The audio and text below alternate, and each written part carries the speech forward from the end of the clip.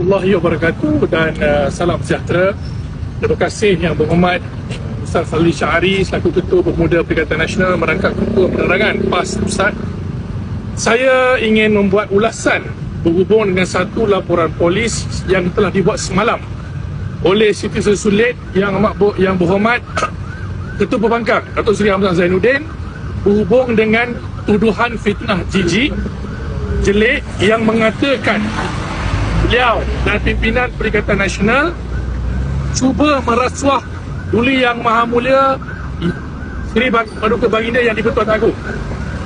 Ustaz Fazli Syahari sendiri Yang Berhormat telah bertanya dalam kenyataan media beliau berkenaan dengan kenyataan yang dibuat oleh Yang Amat Berhormat Perdana Menteri dalam posting terbaru beliau selepas pre-cabinet meeting dengan Yang di-Pertuan Agong. Dalam pertemuan tersebut, dalam posting tersebut, Yang Amat Berhormat Perdana Menteri mengatakan membuat andaian, insinuating seolah-olah ada orang yang ingin merasuah. Tapi bila guna istilah derma 700 juta, 500 juta, padahal itu bukan kenyataan Yang di-Pertuan Agong. Dalam perikat, dalam posting Istana Negara tidak dirujuk langsung, tidak dibangkitkan langsung. Tapi kenapa Yang Amat Berhormat Perdana Menteri membangkitkan hal itu dan menimbulkan tanda tanya?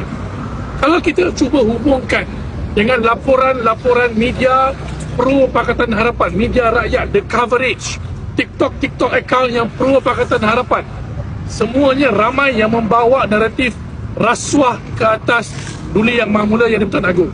Sebab itulah semalam Yang Berbahagia Tun Dr. Mahathir mencabar Datuk Seri Anwar Ibrahim, buktikan beliau ada 1 bilion dan sudah pun merasuah Duli Yang Maha Mulia Yang di-Pertuan Agong.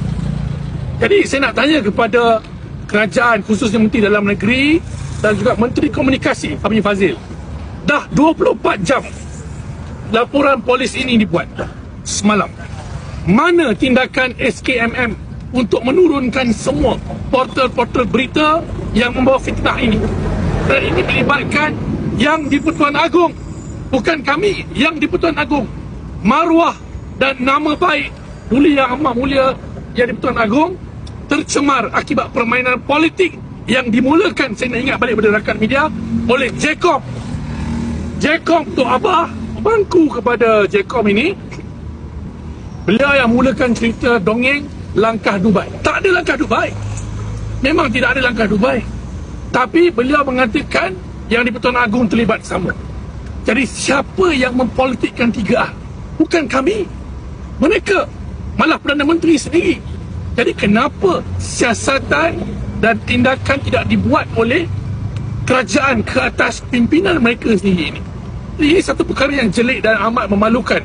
Kami Pemuda Perikatan Nasional akan terus mempertahankan maruah dan institusi Yang di-Pertuan Agong daripada perkotak-katikkan oleh mana-mana ahli politik, khususnya ahli-ahli politik yang sudah semakin terdesak ketika ini daripada Pakatan Harapan dan Kerajaan Perpaduan.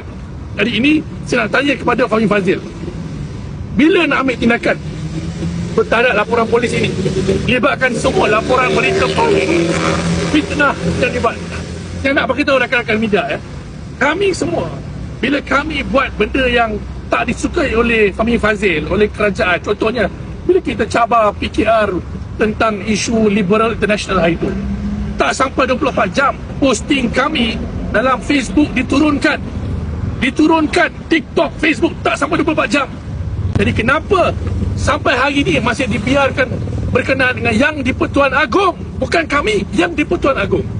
Jadi di mana taat setia kamu kepada Duli Yang Maha Mulia Yang di-Pertuan Agong? Jadi saya cabar Fahmi Fadzil dan Kerajaan Perpaduan ambil tindakan drastik hari ini juga. Turunkan dan perbetulkan semua fitnah-fitnah terhadap Perikatan Nasional dan Yang di-Pertuan Agong. Daulat Tuanku. Daulat Tuanku.